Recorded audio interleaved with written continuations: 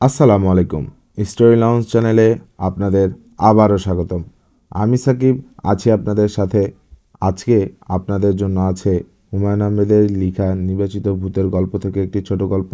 গল্পটির নাম ভয়। এটা আমাদের নতুন ইনিশিয়েটিভ। এখানে আমরা নিয়মিতভাবে গল্প দিয়ে যাচ্ছি। আপনারা যারা প্রথমবারের মতো শুনছেন, যারা সাবস্ক্রাইব করেননি, তারা সাবস্ক্রাইব করে ফেলুন। আশা করছি আপনাদের গল্পগুলি ভালো লাগবে। ভদ্রলোকের সঙ্গে আমার কিভাবে পরিচয় হলো আগে বলে নিই। কেমিস্ট্রি প্র্যাকটিক্যাল পরীক্ষার এক্সামিনের হয়ে পাড়াগা ধরনের শহরে গিয়েছি। শহর এবং কলেজের নাম বলার প্রয়োজন দেখছি না। মূল গল্পের সঙ্গে এদের সম্পর্ক নেই। নামগুলি প্রকাশ করতেও কিছু অসুবিধা আছে। এ অঞ্চলে আমি কখনো আসিনি। পরিত্যক্ত এক রাজবাড়িকে কলেজ বানানো হয়েছে। গাছগাছরাও চারদিকে আচ্ছন্ন। বিশাল কম্পাউন্ড, কিন্তু লোকজন নেই। পরীক্ষার জন্য কলেজ ছুটি হয়ে গেছে। খা খা করছে চারদিক। আমি একটু হকচকিয়ে গেলাম। একটা সময় ছিল যখন এক্সামিনারদের আলাদা ক্ষতির যত্ন ছিল।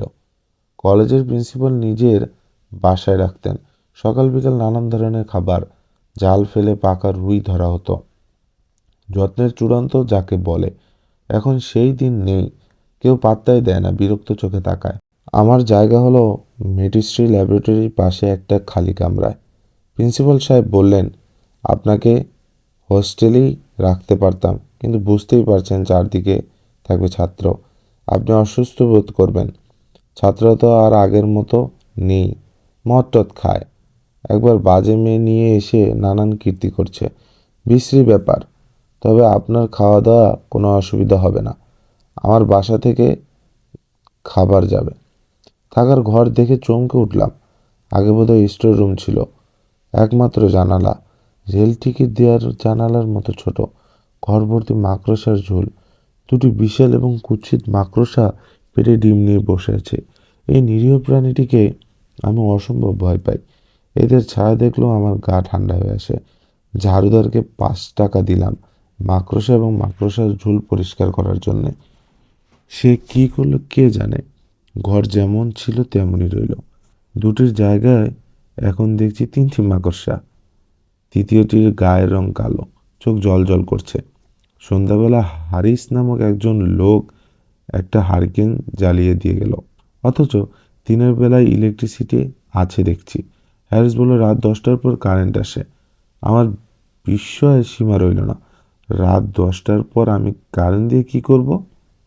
সন্ধ্যার পর এলেন কেমিস্ট্রির ডেমনস্ট্রেটর সিরাজউদ্দিন। এর সঙ্গে আমার সকালবেলা দেখা হয়েছে। তখন বোধহয় তেমন মনোযোগ দিয়ে দেখিনি। মুখ ভর্তি আর্নেস্ট হেমিংওয়ের মতো চাপদাড়ি, মাথায় টুপি, চোখে সুরমা, গা থেকে আতরের গন্ধ বেরুচ্ছে। পেটে খাটো একজন মানুষ, বয়স 50-এর মতো হলেও চমৎকার স্বাস্থ্য। এই গরমের গায়ে ঘিয়া রঙের একটা চাদর। তিনি কথা বলেন খুব সুন্দর করে। স্যার, কেমন আছেন? ভালোই আছি। আপনার খুব তকলিফ হলো স্যার। না, তকলিফ আর কি। আগে এক্সামিনার সাহেবে এলে প্রিন্সিপাল স্যারের বাসায় থাকতেন, কিন্তু ওর এক ছেলের মাথায় দোষ আছে। প্রিন্সিপাল স্যার এখন আর কাউকে বাসায় রাখেন না। ছেলেটা বড় ঝামেলা করে। আমি বললাম, আমার কোনো অসুবিধা হচ্ছে না? সিরাজউদ্দিন সাহেব ক্ষীণকণ্ঠে বললেন, স্যার, ভেতরে এসে একটু বসবো? নিশ্চয়ই নিশ্চয়ই, আসুন, গল্প করি। সিরাজউদ্দিন সাহেব বসতে বসতে বললেন, এখানে ডিস্ট্রিক্ট কাউন্সিলের একটা ডাকবাংলা আছে। আপনাকে সেখানে রাখতে চেয়েছিলাম, কিন্তু সেখানে রেভিনিউর সিও তার ফ্যামিলি নিয়ে থাকেন। কোয়ার্টার খুব অভাব। বুঝতে পারছি। এ নিয়ে আপনি ভাববেন না। দিনের বেলাটা তো কলেজেই কাটবে। রাতে এসে শুধু ঘুমানো। বইপত্র নিয়ে এসেছি, সময় কাটানো কোনো সমস্যা না। সিরাজউদ্দিন সাহেব ইতস্তত বোধ করে বললেন, রাতে ঘর থেকে বেরোতে হলে একটু শব্দ টব্দ করে তারপরে বেরোবেন। খুব সাপের উপদ্রব। তাই নাকি? জি স্যার, এখন সাপের সময়। গরমে অতিষ্ঠ হয়ে গর্ত থেকে বের হয়ে হওয়া যায়। আমার গা হিম হয়ে গেল। এ তো মহা যন্ত্রণা। প্রায় 200 গজ দূরে ঝোপঝাপের মধ্যে বাথরুম। আমার আবার রাতে কয়েকবার বাথরুমে যেতে হয়। তবে স্যার, ঘরের মধ্যে কোনো ভয় নেই। চারদিকে কার্বলিক অ্যাসিড দিয়ে দিয়েছে, সাপ আসবে না। না এলেই ভালো। যদি স্যার আপনি অনুমতি দেন পা উঠিয়ে বসি। বসুন বসুন, যেভাবে আপনার আরাম হয় সেভাবেই বসুন। ভদ্রলোক পা উঠিয়ে বসলেন এবং একের পর এক সাপের গল্প শুরু করলেন। সেই সব গল্প অতি বিচিত্র। রাতে ঘুম ভেঙেছে, হঠাৎ তার মনে হলো নাভির উপর সাপ। চোখ মেললেন, ঘরে চাঁদের আলো, সেই আলোয় লক্ষ্য করলেন একটা সাপ কুণ্ডলি পাকিয়ে নাভির উপর শুয়ে ঘুমোচ্ছে। আসল সাপ, শঙ্খচূড়। একসময় আমি বিরক্ত হলাম, সাপের গল্প আর শুনতে ইচ্ছা করছে না, দয়া করে অন্য গল্প বলুন। ভদ্রলোক সম্ভবত সাপের গল্প ছাড়া অন্য কোনো গল্প জানেন না। কিছুক্ষণ চুপ করে থেকে শুরু করলেন সাপের সঙ্গম দৃশ্যের বর্ণনা। চৈত্র মাসের এক জ্যোৎস্নায় তিনি এই দৃশ্য দেখছেন। বর্ণনা শুনে আমার পা গা ঘিনঘিন করতে লাগলো। সিরাজউদ্দিন সাহেব বললেন, সাপ যে জায়গায় এসব করে তার মাটি কবচে ভরে কোমরে রাখলে পুরুষত্ব বাড়ে। বিজ্ঞানের একজন শিক্ষকের মুখে কি অদ্ভুত কথা! আমি ঠাট্টা করে বললাম, আপনি সেখানকার মাটি কিছু সংগ্রহ করলেন? তিনি আমার ঠাট্টা বুঝতে পারলেন না। সরল ভঙ্গিতে বলল, জি না স্যার। লোকটি নির্বোধ। নির্বোধ মানুষের সঙ্গে আমার কথা বলতে ভালো লাগে না, কিন্তু এই লোক উঠছে না। সাপ সম্পর্কিত যাবতীয় তথ্য সে আমাকে দেবে বলে বোধহয় তৈরি হয়েই এসেছে। মুক্তি পাবার জন্য এক সময় বলেই ফেললাম, সারাদিনের জার্নিতে টায়ার্ড হয়ে এসেছি। যদি কিছু মনে না করেন বাতিটাতি নিভিয়ে শুয়ে পড়ব। ভদ্রলোক অবাক হয়ে বলেন, কিছু বলছেন স্যার? ভাত না খেয়ে ঘুমিয়ে যাবেন? ভাত তো এখনো আসেনি, দেরি হবে। আমি প্রিন্সিপাল সাহেবের বাসা থেকে খোঁজ নিয়ে তারপর আপনার কাছে এসেছি। আমি যাওয়ার পর রান্না চড়িয়েছি, গোশত রান্না হচ্ছে। তাই নাকি? জি। আপনি গরু খান তো? জি খাই। এখানে কসাইখানা নাই, মাঝে মাঝে গরু কাটা হয়। আজ হাটবার, তাই গরু কাটা হয়েছে। প্রিন্সিপাল সাহেব 2 ভাগ নিয়েছে। ও আচ্ছা, 25 টাকা করে ভাগ, তাই বুঝি? প্রিন্সিপাল সাহেবের স্ত্রী রান্না খুব ভালো। তাই নাকি? জি। তবে আজ রান্না করছে তার ছেলের বউ। যে ছেলেটা পাগল তার বউ? ও আচ্ছা। বিরাট অশান্তি চলছে প্রিন্সিপাল স্যারের বাড়িতে। ছেলে বটি নিয়ে তার মাকে কোপ দিতে গেছে, বউ গিয়ে মাঝখানে পড়লো। এখন ছেলেকে বোধহয় রেখেছে, এই জন্যেই রান্নার দেরি হচ্ছে। কেন, হোটেলে গিয়ে খেয়ে এলেই তো হয় এদের দুঃসময়। কি যে বলেন স্যার, আপনি আমাদের মেহমান না? তাছাড়া ভদ্রলোকের খাওয়ার মতো হোটেল এই জায়গায় নেই, নিতান্তই গণ্ডগ্রাম। হঠাৎ সাব ডিভিশন হয়ে গেল, ভালো একটা চায়ের দোকান পর্যন্ত নেই। রাত 10:30 খাবার এলো, 2টি প্লেট। সিরাজউদ্দিন সাহেবও আমার সঙ্গে খেতে বসলেন। হাত ধুতে ধুতে বললেন, প্রিন্সিপাল স্যার আমাকে আপনার সঙ্গে খেতে বলছেন। আপনি হচ্ছেন আমাদের মেহমান, আপনি একা একা খাবেন তা কি হয়? প্রিন্সিপাল সাহেবের ছেলের বউ অনেক রান্না করেছে, অসাধারণ রান্না। সামান্য সব জিনিসও রান্নার গুণ অপূর্ব হয়েছে। মেয়েটার জন্য আমার কষ্ট হতে লাগলো। বেচারি হয়তো চোখের জল ফেলতে ফেলতে রেঁধেছে। আজ রাতে সে কিছু খাবে না। সিরাজউদ্দিন সাহেব, জি স্যার। প্রিন্সিপাল সাহেবের ছেলের বউকে বলবেন আমি এত ভালো রান্না খুব কম খেয়েছি। দ্রৌপদী এর চেয়ে ভালো রাঁধত বলে আমার মনে হয় না। জি স্যার, বলবো। তবে প্রিন্সিপাল স্যারের স্ত্রীর রান্নার কাছে এ কিছুই না। আছেন তো কিছুদিন, নিজেই বুঝবেন। প্রিন্সিপাল সাহেবকে বেশ বিচক্ষণ লোক বলে মনে হলো। তিনি একটা টর্চ লাইট পাঠিয়েছেন, ফ্লাক্স ভর্তি চা পাঠিয়েছেন, পান সুপারি জর্দাও আছে কৌটায়। খাওয়া দাওয়ার পর সিরাজউদ্দিন সাহেব অনেকক্ষণ বসে রইলেন, চা খেলেন, পান খেলেন, দীর্ঘ একটা সাপের গল্প বললেন। বিদায় নিলেন রাত 11টার পর। যে লোকটি ক্রমাগতই সাপের কথা বলছে তার দেখলাম তেমন ভয়টয় নেই। টর্চ বা লাঠি ছাড়াই দিব্যি হনহন করে চলছে। আমি দরজা বন্ধ করে বিছানায় এসে বসলাম। নতুন জায়গায় চট করে ঘুম আসবে না। শুয়ে শুয়ে হালকা ধরনের কিছু বই পড়া যায়। হারিকেনের এই আলোয় যেটা সম্ভব হবে না। আমি সিগারেট ধরিয়ে সুটকেস খুললাম, বই বের করব। ঠিক তখন একটা কাণ্ড হলো। প্রচণ্ড ভয় লাগলো, অথচ ভয়ের কোনোই কারণ ঘটেনি। তবু আমার হাত কাঁপতে লাগতো, যেন বন্ধ দরজার ওপাশেই অশরীরে কিছু দাঁড়িয়ে আছে, যেন এক্ষুনি সে অশরীরে অতি ভয়ঙ্কর কিছু করবে। নিজের অজান্তে আমি চেঁচিয়ে উঠলাম, কে কে? আর তখনই শুনলাম থপথপ শব্দে কেউ যেন দূরে চলে যাচ্ছে। ছোট একটা কাশির শব্দ শুনলাম। ভয়টা যেমন হঠাৎ এসেছিল তেমন হঠাৎই চলে গেল। আমি খুবই স্বাভাবিক ভঙ্গিতে দরজা খুলে বাইরে এসে দাঁড়ালাম। চাঁদের আলোয় চারদিক থই থই করছে, কোথাও কেউ নেই। হঠাৎ এই অস্বাভাবিক ভয় আমার অভিভূত করলো কেন? এখনো গা ঘামে ভেজা, হৃৎপিণ্ড লাফাচ্ছে। আমি শারীরিকভাবে পুরোপুরি স্বাভাবিক না হওয়া পর্যন্ত বারান্দায় দাঁড়িয়ে রইলাম। হালকা বাতাস দিচ্ছে, বেশ লাগছে দাঁড়িয়ে থাকতে। লুঙ্গি পরা খালি গায়ের একটি লোক বিড়ি টানতে টানতে আসছে। আমাকে দেখি বিড়ি লুকিয়ে ফেলে বলল, আদাব স্যার। আদাব। তুমি কে? আমার নাম কালীপদ, আমি কলেজের দারোয়ান। তুমি কিছুক্ষণ আগে এখানে এসেছিলে? জি স্যার, লাইব্রেরি ঘরের সামনে বসেছিলাম। কাউকে যেতে দেখেছো? আজ্ঞে না। কেন স্যার, কি হয়েছে? না এমনি। কিছুক্ষণের মধ্যে ইলেকট্রিসিটি চলে এলো। আমি নিশ্চিত মনে বই নিয়ে শুতে গেলাম। স্টিফেন কিং এর লেখা ভৌতিক উপন্যাস। দারুণ রকবকে ব্যাপার। একবার পড়তে শুরু করলে ছাড়তে ইচ্ছা করে না। ভয় ভয় লাগে, আবার পড়তেও ইচ্ছা করে। পুরোপুরি ঘুমোতে গেলাম 1টার দিকে। বারবার মনে হতে লাগলো, কিছুক্ষণ আগে এই অস্বাভাবিক ভয়টা কেন পেলাম? রহস্যটা কি? আমি খুব একটা সাহসী মানুষ এরকম দাবি করি না, কিন্তু অকারণে এত ভয় পাবার মতো মানুষ আমি নই। একা এক বহু রাত কাটিয়েছি। সেই রাত আমার ভালো ঘুম হলো না। দিনের বেলাটা খুব ব্যস্ততার মধ্যে কাটলো। 21 জন ছেলে পরীক্ষা দিবে, জোগাড় যন্ত্র কিছুই নেই। ল্যাবরেটরির অবস্থা শোচনীয়। একমাত্র ব্যালেন্স, তাও ঠিকমতো কাজ করছে না। প্রয়োজনীয় কেমিক্যালসও নেই। সে নিয়ে কারো মাথা ব্যথা নেই। কেমিস্ট্রির 2জন টিচার, ওরা নির্বিকার ভঙ্গিতে বসে আছে। একজন আমাকে বলে গেলেন, কলেজের অবস্থা তো দেখতেই পাচ্ছেন, ক্লাসও তেমন হয়নি। একটু দেখে শুনে নেবেন স্যার, পাস মার্কটা নিয়ে নেবেন। আমি হেসে বললাম, কি করে দেবে বলুন? দেবার তো একটা পথ লাগবে। এরা তো মনে হচ্ছে প্র্যাকটিক্যাল কাজ কিছুই করেনি। কি করে করবে বলেন? স্ট্রাইক ফাইক লেগেই আছে, জিনিসপত্রে কিছু নেই। একমাত্র সিরাজউদ্দিন সাহেবকে দেখলাম ব্যস্ত হয়ে ছোটাছুটি করছে, চেষ্টা করছে কিভাবে ছাত্রদের খানিকটা সাহায্য করা যায়। 21 জন ছাত্রছাত্রী, কেউ তাকে এক মুহূর্ত আড়াল করতে রাজি নয়। একটি মেয়ে সল্ট অ্যানালাইসিস কিছুই না পেয়ে তাদের স্বভাব মতো কাঁদতে শুরু করেছে।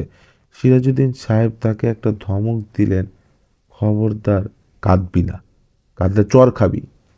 গোড়া থেকে কর, ড্রাই স্টোরিগুলি আগে কর, আমাকে দেখিয়ে দেখিয়ে করবি। এক্সামিনারদের একটি দায়িত্ব হচ্ছে লক্ষ্য রাখা যেন ছাত্ররা তাদের নিজেদের কাজগুলি নিজেরাই করে, কিন্তু সবসময় দায়িত্ব পালন করা সম্ভব হয় না। দেখেও না দেখান ভান করতে হয়। এখন যেমন করছি। ছাত্রদের জন্য আমার খানিকটা মমতাও লাগছে। যন্ত্রপাতি নেই, কেমিক্যালসও নেই, স্যারদের কোনো আগ্রহ নেই। ছেলেরা করবে কি? দুপুরবেলা প্রিন্সিপাল সাহেব দেখতে এলেন পরীক্ষা কেমন হচ্ছে। ভদ্রলোককে মনে হলো বিপর্যস্ত। কিছুক্ষণ মুখ কুঁচকে রেখে বললাম, দেন সবকটিকে ফেল করে দেন, ঝামেলা চুকে যাক। কোনো প্রিন্সিপালকে এরকম কথা বলতে দেখিনি। আমি হেসে বললাম। প্রিন্সিপাল সাহেব বললেন, রাতে অসুবিধা হয়নি তো? জি না, হয়নি। সিরাজউদ্দিনকে আপনার খোঁজখবর রাখতে বলছি, কোনো কিছু দরকার হলে তাকে বলবেন, সংকোচ করবে না। না, করব না। সাপের গল্প বলে মাথা খারাপ করিয়ে দেবে, পাত্তা দেবেন না। এখানে সাপের উপদ্রব একেবারেই নেই। তাই নাকি? আপনাকে ভয় পেয়ে দিয়েছে বোধহয়। আমাকেও দিয়েছিল প্রথম যখন আসি। এমন অবস্থা, ঘর থেকে বেরোবার আগে হারিকেন, লাঠি এইসব নিয়ে বেরোতাম। হা হা হা হা। প্রিন্সিপাল সাহেব বেশিক্ষণ দাঁড়ালেন না। আগামীকাল সন্ধ্যায় চা খাবার দাওয়াত দিয়ে ব্যস্ত ভঙ্গিতে চলে গেলেন। 5টায় পরীক্ষা শেষ হবার কথা, শেষ হলো রাত 9টায়। সিরাজউদ্দিন সাহেবের বিধ্বস্ত অবস্থা। আমি হাসতে হাসতে বললাম, পরীক্ষা তো আপনার ছাত্ররা দেয়নি, দিয়েছেন আপনি। মনে হচ্ছে ভালোই দিয়েছেন। আমার সঙ্গেই তিনি ঘরে ফিরলেন। খাওয়া দাওয়া করে নিজের জায়গায় ফিরে যাবেন। অতিরিক্ত ক্লান্ত থাকার জন্য বোধহয় আজ সাপের গল্প শুরু হলো না। নিঃশব্দে খাওয়া শেষ করে তিনি উঠে পড়লেন। স্যার, যাই। দরজা বন্ধ করে শুয়ে পড়েন। রাত বিরাতে বেরোবার সময় একটু খেয়াল রাখবেন, শব্দ করে পা ফেলবেন। সাবেরি এখন সিজন, খুব খেয়াল রাখবো।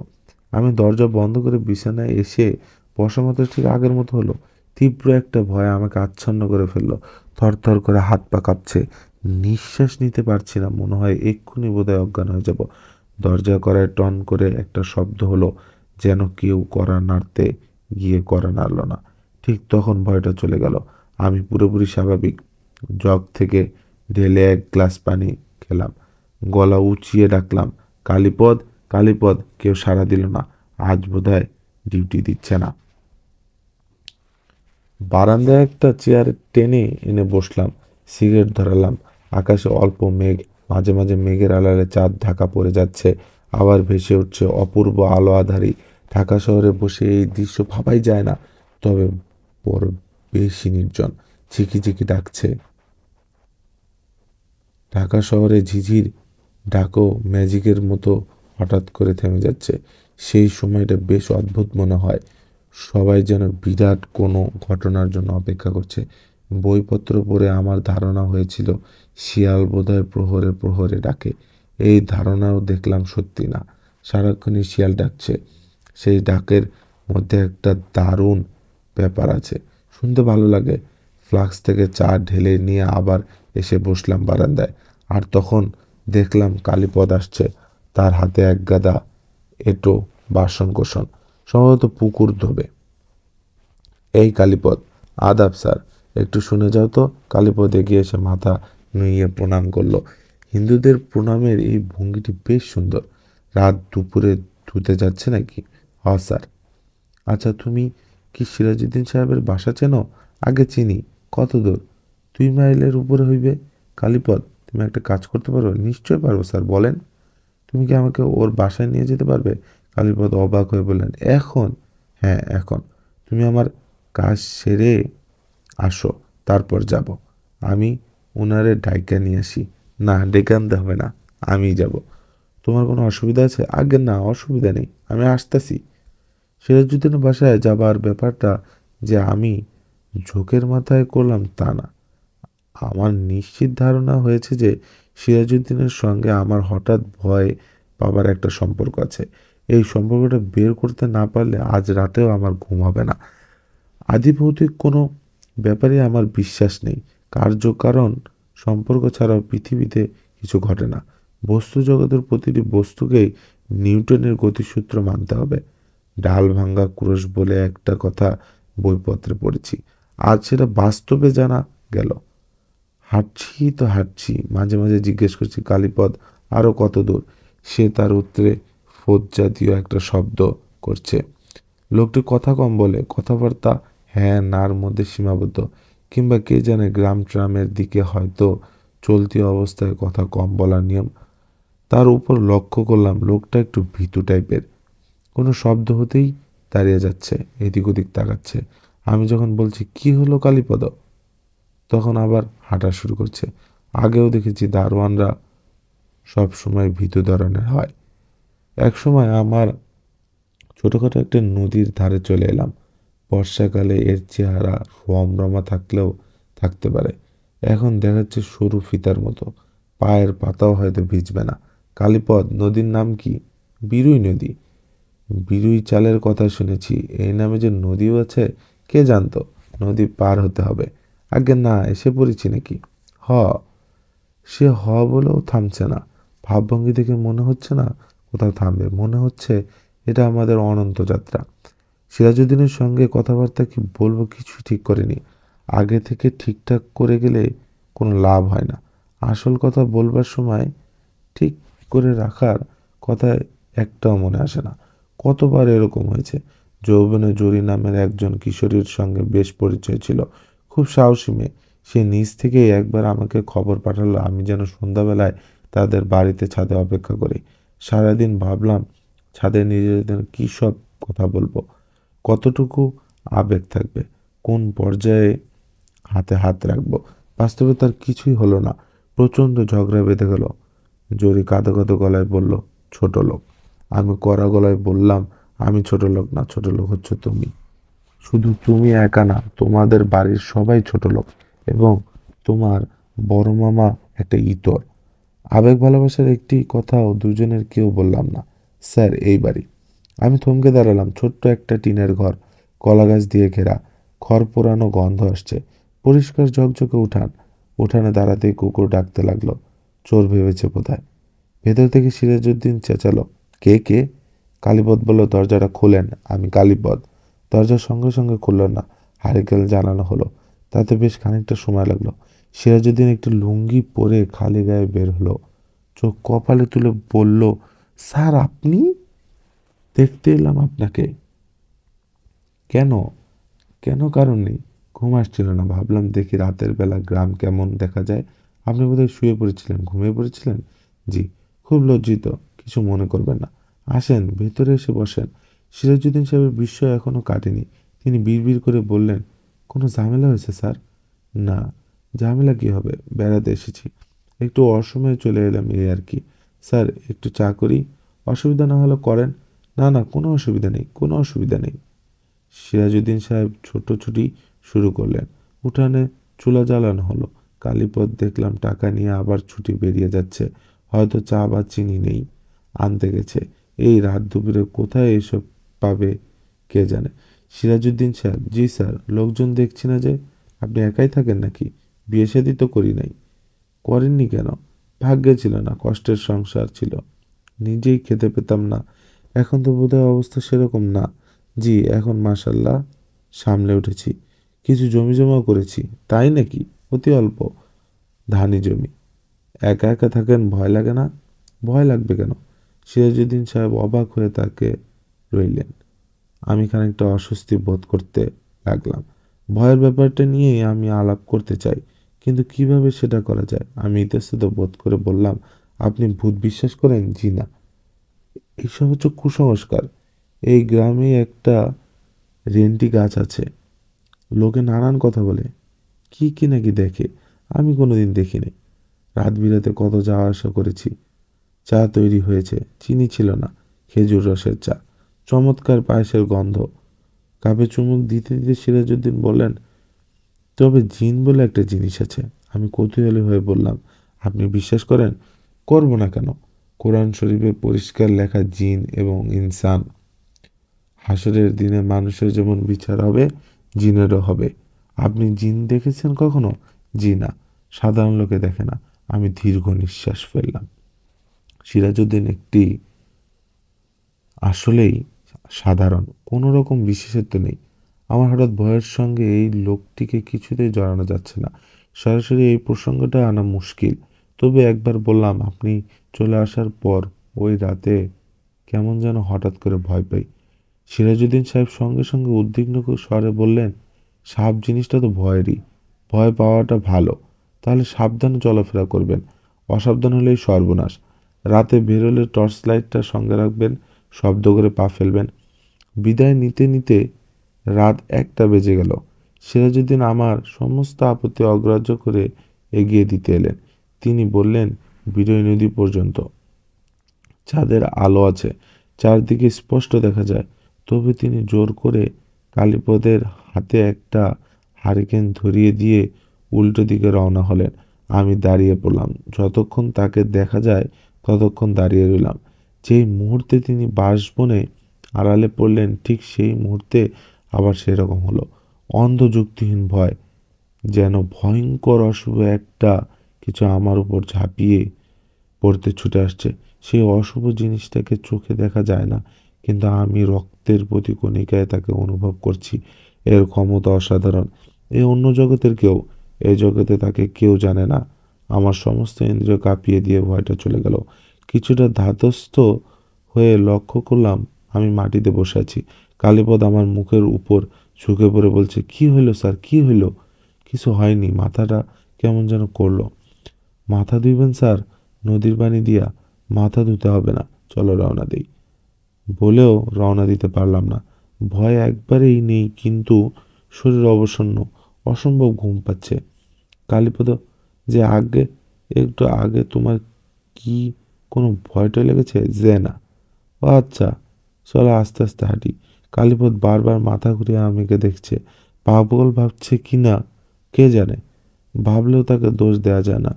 যে লোক মাঝরাত্রি বেড়াতে বের হয়, অকারণে ভয় পেয়ে আধমরা হয়ে যায়, সে আর যাই হোক খুব সুস্থ নয়। পরের দিন আমার খুব খারাপ কাটলো। কিছুতেই মন বসাতে পারি না। ভাইবা শুরু হয়েছে। ছাত্রদের প্রশ্নের জবাবগুলি ঠিকমতো শুনছি না। বিএসসি পরীক্ষা দিতে এসে একজন দেখি সোডিয়াম ক্লোরাইড ফর্মুলাতে 2টি ক্লোরিন অ্যাটম দেখাচ্ছে। প্রচণ্ড রাগ হওয়ার কথা, রাগও হচ্ছে না। 5 নম্বর দিয়ে বিদায় করে দিচ্ছি। কেমিস্ট্রি হেড বললেন, আপনার কি শরীর খারাপ? আমি ক্লান্ত গলায় বললাম, হ্যাঁ। কিছুতেই মন বসছে না, খুব টায়ার্ড লাগছে। রাতে ঘুম কেমন হয়েছে? ঘুম ভালোই হয়েছে। যদিও হোমিওপ্যাথিতে বিশ্বাস করেন তাহলে 1 ডোজ ওষুধ দিতে পারি। আমি বিরক্ত স্বরে বললাম, আপনি কি হোমিওপ্যাথি করেন? জি, ছোটোখাটো একটা ডিসপেন্সারি আছে, রোগী টোগী ভালোই হয়। মফস্বল কলেজের টিচারদের এই এক জিনিস, একটিমাত্র পেশায় তারা খুশি নন। প্রত্যেকের দ্বিতীয় কোনো পেশা আছে। কোন পেশাটি প্রধান বোঝা মুশকিল। কি স্যার, হোমিওপ্যাথিতে বিশ্বাস আছে? জি না, ভূত প্রেত এবং হোমিওপ্যাথি এই 3 জিনিসে আমি বিশ্বাস করি না। আপনি কিছু মনে করবেন না। ভদ্রলোক মুখ কালো করে বললেন, হোমিওপ্যাথি বিশ্বাস করেন না কেন? এটা তো হাইলি সায়েন্টিফিক ব্যাপার। হ্যানিম্যান সাহেবের কথাই ধরেন, উনি নিজে একজন পাশ করা ডাক্তার ছিলেন। হোমিওপ্যাথির বিরুদ্ধে আমি একগাদা কথা বলতে পারতাম। 200 পাওয়ারের একটি ওষুধে যে আসলে কোনো ওষুধই থাকে না, সেটা মোলার কনসেন্ট্রেশন এবং অ্যাভোগাড্রো নাম্বার দিয়ে সহজেই প্রমাণ করা যেত। তর্কের ক্ষেত্রে সবসময় তাই করি, আজ ইচ্ছা করছে না। 5টা বাজতেই উঠে পড়লাম। পরীক্ষা তখনও চলছে। চলতে থাকুক। আমি বললাম, আপনারা ভাইবা শেষ করে দিন, আমি ঘরে চলে যাব। প্রিন্সিপাল সাহেবের বাসায় আপনার না চা খাওয়ার কথা? ভুলেই গিয়েছিলাম। মনে পড়ে মেজাজ আরও খারাপ হলো। কোথাও যেতে ইচ্ছে করছে না, তবুও যেতে হবে। প্রিন্সিপাল সাহেবেরও দাওয়াত কথা ভুলে গিয়েছিলেন। আমাকে দেখে অনেকক্ষণ অদ্ভুত চোখে তাকিয়ে তাকে বললেন, ও আচ্ছা আচ্ছা, আসুন আসুন, চা খেতে বলেছিলাম তাই না? কিচ্ছু মনে নেই, আসুন বারান্দায় বসি। নানান ঝামেলা আছে ভাই। তিনি আমাকে বসিয়ে রেখে ভেতরে চলে গেলেন। অনেকক্ষণ তার কোনো সাড়া পাওয়া গেল না। দরজার ধারে 5-6 বছর বয়সে মিষ্টি চেহারার একটি মেয়ে কৌতূহলী চোখে আমাকে দেখছে। এর সঙ্গে দু একটা কথা বলা উচিত, কিন্তু ইচ্ছা করছে না। বাড়ির ভেতর থেকে হিংস্র পশুর গর্জনের মতো গর্জন কানে আসছে। একটি মেয়েও কাঁদছে। কখনো কখনো কান্না থেমে যাচ্ছে, আবার শুরু হচ্ছে। এরকম অবস্থায় চার জন্য অপেক্ষা করাটা অপরাধ। অনেকক্ষণ বসিয়ে রাখলাম। ছেলেটা বড় ঝামেলা করছে। শুনছেন বোধহয়? জি শুনছি। ভালো খবর কেউ কখনো শুনে না, কিন্তু এইসব খবর সবাই শুনে ফেলে। নিতান্ত অপরিচিত লোকও এসে গায়ে পড়ে বিচিত্র সব চিকিৎসার কথা বলে। আমি চুপ করে রইলাম। প্রিন্সিপাল সাহেব তিক্ত গলায় বললেন, সেই জাতীয় চিকিৎসা এখন হচ্ছে? 7 নদীর পানিতে গোসল, ঠান্ডায় গোসল নিয়ে নিউমোনিয়া বাঁধবে। ডাক্তারি চিকিৎসা করাচ্ছেন না? তাও আছে। বৈজ্ঞানিক অবৈজ্ঞানিক সব রকম চিকিৎসা আছে, কোনোটাই লাগছে না। অসুখটা শুরু হলো কিভাবে? প্রিন্সিপাল সাহেব দীর্ঘ নিঃশ্বাস ফেলেন। এই প্রসঙ্গে নিয়ে কথা বলতে হয়তো তার ইচ্ছে করছে না। চা চলে এলো। শুধু চা নয়, মিষ্টি, সিঙ্গারা, কচুরি। নিন, চা নিন। খিদে না থাকলে এই খাবারগুলি খাবেন না, সবই দোকানের কেনা। এদিকে আবার খুবই ডায়রিয়া হচ্ছে। চাটা চমৎকার। এক চুমুক দিয়ে মাথা ধরাটা অনেকখানি সেরে গেল। প্রিন্সিপাল সাহেব অমনস্ক ভঙ্গিতে বললেন, কী করে অসুখটা শুরু হলো সত্যি জানতে চান? বলতে ইচ্ছা না করলে থাক। না না, শুনুন। গত বছর গরমের সময় আমার এই ছেলে তার বউকে নিয়ে এখানে আসে। আমি অনেক দিন থেকেই আসতে বলেছিলাম, ছুটি পায় না, আসতে পারে না। ব্যাংকের চাকরি, ছুটি ছাটা কম। 7 দিনের ছুটি নিয়ে এসেছে। আমি এখানে এসেছি 2 বছর আগে। ছেলে প্রথম এলো। আমারও খুব খুশি। রাত্রিবেলা বেশ গল্পগুজব করছি। সিরাজউদ্দিন এসেছে। সাপের গল্প টল্প করছে। রাত 10টার দিকে সিরাজউদ্দিন চলে যেতেই ছেলে যেন কেমন হয়ে গেল। থরথর করে কাঁপছে, মুখ দিয়ে ফেনা ভাঙছে। কোনো মতে বলল তারা নাকি অসম্ভব ভয় লাগছে। কিছুক্ষণের মধ্যেই সে স্বাভাবিক হয়ে গেল, হাসি তামসা করতে লাগলো। তখন কিছু বুঝতে পারিনি, এখন বুঝতে পারছি ওই রাতের তার পাগলামির প্রথম শুরু। প্রিন্সিপাল সাহেব চুপ করিলেন। আমি নিঃশ্বাস বন্ধ করে শুনছি। আমার শরীর দিয়ে শীতল স্রোত বয়ে যাচ্ছে। পিপাসায় বুক শুকিয়ে কাঠ। প্রিন্সিপাল সাহেব বললেন, কয়েকদিন পর আবার এরকম হলো। সেও রাতের বেলা কলেজের কিছু প্রফেসরকে খেতে বলছিলাম। তারা খাওয়া দাওয়া করে চলে যাবার পর আবার আমার ছেলে ওই রকম করতে লাগলো। আমি ক্ষীণস্বরে বললাম, সিরাজউদ্দিন সাহেবেরও দাওয়াত ছিল? হ্যাঁ ছিল। কলেজ স্টাফের সবাইকে বলেছিলাম। তারপর কি হলো বলুন? আর বলার কিছু নেই। রোজই ওরকম হতে লাগলো। কখন হতো রাত 10টা, 10:30। আমি কোনো কথা না বলে পরপর দুটো সিগারেট শেষ করলাম। চা খাওয়া হয়ে গিয়েছে, এখন আমার চলে যাওয়া উচিত, কিন্তু যেতে পারছি না। আমি নিতান্ত অপ্রাসঙ্গিকভাবে বললাম, সিরাজউদ্দিন সাহেব কি প্রায়ই আসেন নাকি এখানে? আসে। আমার ছোট ছেলেটা প্রাইভেট পড়ায়, সিনিয়র লোক। রোজ 7টার সময় আসে, রাত 10টা, 10:30টার আগে যায় না। আমি কি আপনার ছেলেটাকে একটু দেখতে পারি? তিনি বেশ অবাক হলেন, উঠে দাঁড়িয়ে বললেন, আসুন আমার সঙ্গে। আমি তার সঙ্গে গেলাম। না গেলেই ভালো করতাম। 27-28 বছরের একটা ছেলে, দড়ি দিয়ে বাঁধা। কি যে অসহায় লাগছে। ছেলেটি আমার দিকে কেমন অদ্ভুত ভঙ্গিতে তাকিয়ে আছে। আমি বললাম, একে এখান থেকে সরিয়ে নিয়ে যান, ঢাকায় নিয়ে চিকিৎসা করান। ঢাকাতেই তো ছিল, কোনো রকম উন্নত হয় না। টাকার শ্রাদ্ধ। এখানে বরঞ্চ ভালো আছে। সিরাজউদ্দিনের সঙ্গে বেশ খাতির। সে এলে শান্ত থাকে, প্রায় স্বাভাবিক আচরণ করে। তাই নাকি? জি। কয়েকদিন ধরে সিরাজ আসছে না, আপনাকে নিয়ে ব্যস্ত। তাই ছেলেটার উগ্র স্বভাব হয়ে গেছে। গত পরশু বটি নিয়ে তার মাকে কাটতে গিয়েছিল। সিরাজউদ্দিন সাহেবের কথা টথা বলে না? কথা টথা কিছু না, চুপচাপ থাকে। ও এলে খুশি হয়, এটা বুঝি। মুচকি মুচকি হাসে। সিরাজউদ্দিনের গায়ে মাথায় হাত বুলিয়ে দিলে একবার শান্ত হয়ে যায়। আমি তাকিয়ে আছি ছেলেটির দিকে। সেই গঙ্গানির মতো একটা চাপা শব্দ করছে। মুখ থেকে অনবরত লালা বেরোচ্ছে। মুখ ঈষৎ হা হয়ে আছে। একটু আগেই যাকে অসহায় লাগছিল, এখন সেরকম লাগছে না, বরং কেমন যেন ভয়ঙ্কর লাগছে। আমি ঘর থেকে বেরোতে বেরোতে বললাম, প্রিন্সিপাল সাহেব, আমাকে আজ রাতে ঢাকা চলে যেতে ইচ্ছে করছে। কি বললেন? আমি কিছুতেই থাকতে পারছি না। কেন পারছি না? সেই কারণে আপনার কাছে ব্যাখ্যা করতে পারছি না। কোনোদিন পারবো বলে মনে হয় না। আমি আপনার কথা কিছুই বুঝতে পারছি না। আপনি পরীক্ষা কয়েকদিন পিছিয়ে দিন। নতুন এক্সামিনে দেবে এসে বাকিটা শেষ করবে। অসম্ভব কথা। আপনি কি বলছেন? তা বলছি, কিন্তু আমাকে যেতেই হবে। সেই রাতে আমি ঢাকা চলে এসেছি। এই অস্বাভাবিক ঘটনাটি স্মৃতি থেকে পুরোপুরি মুছে ফেলি। নিজেকে বোঝাই সে সমস্তটাই ছিল উত্তপ্ত মস্তিষ্কের কল্পনা। গ্রামের নির্জনতা কোনো না কোনোভাবে আমাকে প্রভাবিত করেছিল। এই ঘটনার 4 বছর সিরাজউদ্দিন সাহেবের সঙ্গে আমার দেখা। আমি তাকে চিনতে পারিনি। তিনি বাইতুল মোকাররম ফুটপাত থেকে উলেন সোয়েটার কিনছিলেন। তিনি আমাকে দেখতে পেয়ে হাসি মুখে এগিয়ে এলেন। স্যার, আমাকে চিনতে পেরেছেন? আমি সিরাজ। চিনতে পেরেছি। ওইবার স্যার কাউকে কিছু না বলে হুট করে চলে এলেন। পরীক্ষার 1 মাস পিছিয়ে গেল। কি দুর্দশা ছাত্রদের, গরিবের ছেলেপুলে। আমি কঠিন স্বরে বললাম, আপনারা সবাই ভালো তো? জি ভালো।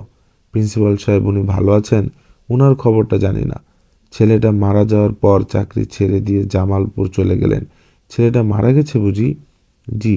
বড়ই দুঃখের কথা। পাগল মানুষ বাড়ি থেকে বের হয়ে কোথায় চলে গেল। নানান জায়গায় খোঁজাখুঁজি। 3 দিন পর নদীতে লাশ ভেসে উঠেছে। আমি খুঁজে পাই। আমার বাড়ির পাশের ঘাটে গিয়ে লেগেছিল। তাই বুঝি? জি স্যার। খুবই আফসোসের কথা। এখন কি নতুন প্রিন্সিপাল আসছেন? জি, খুবই ভালো লোক। প্রায়ই যাই ওনার বাসায়। আমাকে খুব আদর করেন। ওনার সঙ্গে গল্পগুজব করি। খুবই ভালো কথা। তবে স্যার, অদ্ভুত ব্যাপার কি জানেন? নতুন প্রিন্সিপাল সাহেবের স্ত্রী মাঝে মাঝে বিনা কারণে ভয় পেতে চিৎকার চেঁচামেচি করেন। অবিকল আগের প্রিন্সিপাল সাহেবের ছেলের মতো অবস্থা। মনে হয় বাড়িটার একটা দোষ আছে। আমি কঠিন চোখে লোকটার দিকে তাকিয়ে রইলাম। সিরাজউদ্দিন বলল, আপনার সঙ্গে দেখা হয়ে বড় ভালো লাগছে স্যার। আপনার কথা আমার প্রায়ই মনে হয়। সিরাজউদ্দিন হাসল। তার হাসির শিশুর সারল্য, চোখ দুটি মমতায় আর্দ্র। স্টোরি লাউঞ্জ চ্যানেলে আপনারা শুনছিলেন হুমায়ুন আহমেদের লিখিত নির্বাচিত ভূতের গল্প থেকে ছোট গল্প ভয়। আপনারা যারা সাবস্ক্রাইব করেননি তারা সাবস্ক্রাইব করে ফেলবেন। আমরা নিয়মিতভাবে গল্প দিচ্ছি, আশা করছি গল্পগুলি ভালো লাগবে। আপনারা বেশি বেশি করে বই পড়বেন, আশেপাশের মানুষজনকে ভালো রাখবেন, নিজে ভালো থাকার চেষ্টা করবেন। ধন্যবাদ সবাইকে। আল্লাহ হাফেজ।